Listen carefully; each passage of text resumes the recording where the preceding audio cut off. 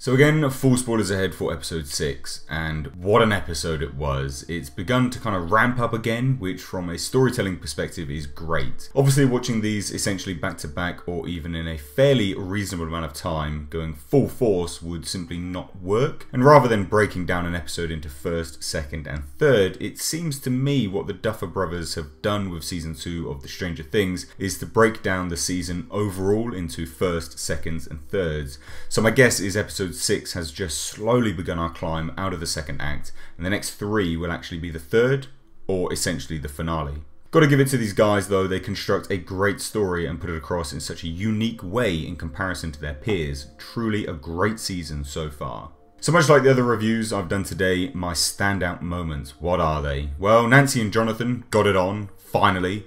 Watching these almost do it, then not, then almost, then not, was getting incredibly frustrating. Probably just as frustrating for the viewer as it is for those characters. But that was great to see, so nice to see the underdog get the girl.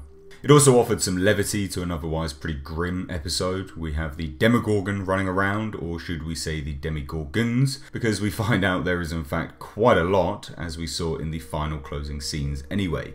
Where did all these come from? They certainly didn't all stem from Will, so perhaps these have something to do with the eggs we've seen. Also, I will say this, the budget is definitely increased for this season, or something with their effects has gone drastically right, because to me, those creatures looked much better than the creature effects we got in season 1, which is again just a great step up and into the right direction. Fantastic to see.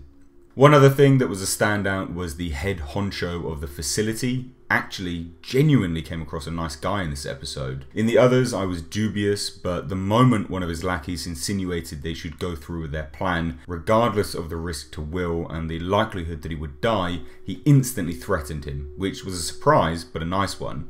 And it does seem that this guy has some ounce of care in him at the very least. Obviously, the Shadow Monster is now a pretty big part of Will, I'd say close to actually taking over him entirely, as shown when apparently he made him tell the facility guys they needed to go to a certain part of the tunnels only to be lured into a trap.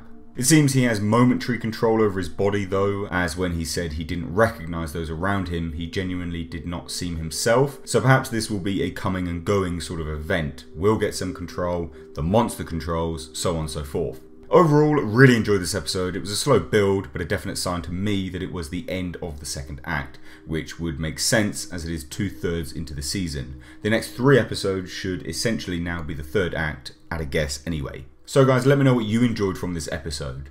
I'm going to be taking a break from these reviews until tomorrow now, as I've essentially sat here all day, so I do need to sleep, and I'll finish the last 3 off tomorrow. Please expect normal content to return either Monday or Tuesday, as this has obviously taken a toll on my free time. As per the others though, give me your thoughts on this episode below in the comment section, and as always, I've been Mr. H, I will catch you next time.